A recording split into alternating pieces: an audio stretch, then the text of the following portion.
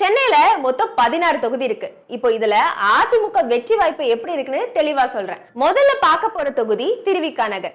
இந்த தொகுதியில அதிமுக சார்பா தமிழக பகுஜன் கட்சியின் தலைவர் பொற்கொடி ஆம்ஸ்ட்ராங் போட்டியிடுறாங்க.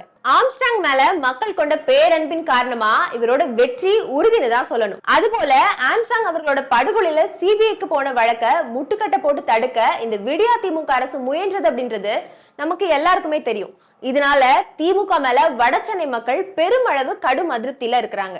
அதுபோல திமுக சார்பில் நிக்கிற வேட்பாளருக்கும் மக்கள் மத்தியில அந்த அளவுக்கு பெரிய வரவேற்பு இருக்குதுன்னு கேட்டா இல்ல. அதிமுக வேட்பாளர் அறிவிக்கும் போதே திருவிக நகர் வெற்றிய அதிமுக உறுதி பண்ணிட்டாங்க. அடுத்து நாம பார்க்க போற தொகுதி துறைமுகம்.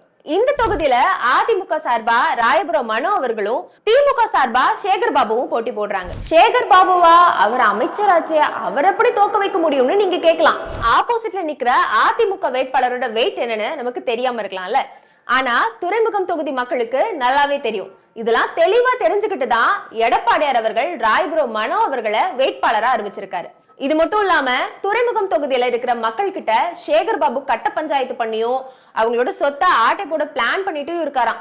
இதனால பயந்து போன துறைமுகம் தொகுதி மக்கள் மீண்டும் சேகர் பாபு வந்தா நம்ம சொத்தை அபகரிச்சிடுவாரு, அதனால இந்த தடவை சேகர் பாபுக்கு நோ ஓட்டு அப்படின்னு சொல்லிட்டாங்களாம்.